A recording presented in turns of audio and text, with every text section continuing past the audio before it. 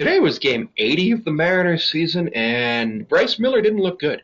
He just didn't look good. He left a lot of fastballs over the middle of the plate, gave up a lot of hits.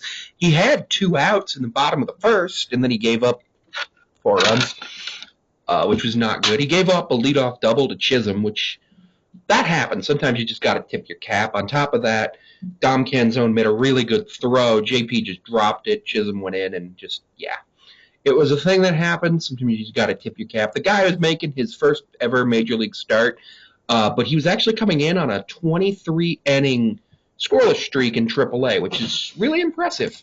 Of course, I feel like after what happened in Toronto this weekend, we're going to see Major League Baseball drug testing everybody who makes their debut, because I'm going to make a video about that guy later. I actually saw this guy who got suspended 80 games for PEDs play at AAA Buffalo the other day, and I think it's hilarious that happened.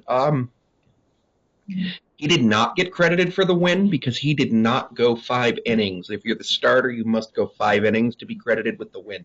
You can be credited with the loss, as Bryce Miller was. He went 6 runs, all of them earned, in 4 innings. Not great. It raised his ERA to 3.9. 6 runs on 6 hits, all of them earned. Walked 1, which was in the first inning, which really was a bad one. Struck out 3. We struck out 9 of their hitters, and the worst struck out 8 times. We issued 3 walks. They issued 5. Usually when you beat a team in walks, you win, but unfortunately that didn't happen today because we lost in the home run category. Rayleigh hit a home run, which was amazing. It was a second-decker. And at first, I don't think Goldie realized that it was going out. I enjoyed that game, that part of the game. Now, the Mariners normally, when they score 3 or more runs, have a really good winning record. Problem is, sometimes the other team scores a lot of runs. The Marlins scored 6 runs today, none yesterday, and 3 on Friday for a total of 9. The Mariners scored 2 on Friday, 4 today, and 9 yesterday for a total of 15. The Mariners outscored the Marlins by 6 runs over the series. Sometimes things like this happen in baseball.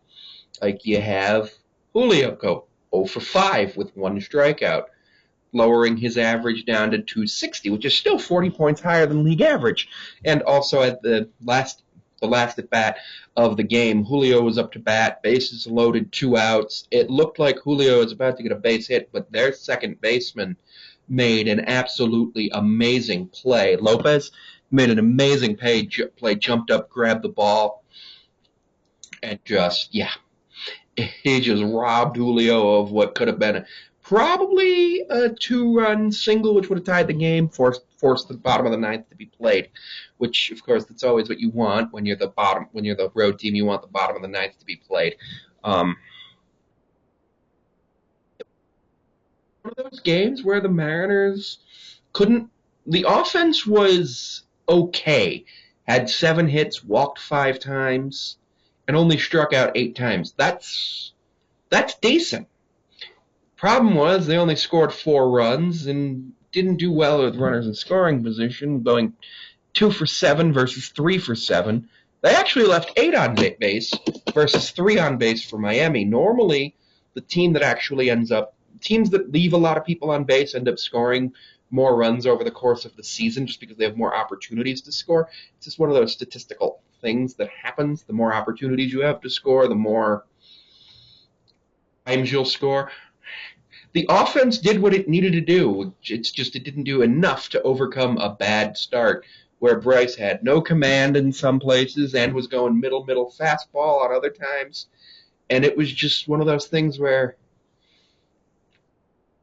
our road ERA is very high compared to our home ERA. Our home ERA is the lowest in the league, and we also have the most pitcher-friendly ballpark in the league. It's the Marine Layer and everything.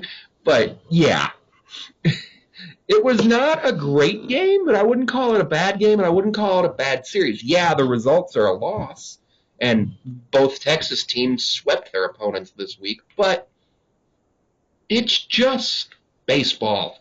things happened. And a bunch of people in the post-game thread were mad at Julio, calling him useless and everything. And I'm like, nah, Julio didn't lose us this game. The combination of events that led up to that made it so Julio was the last chance for us to not lose the game, and they made a great play.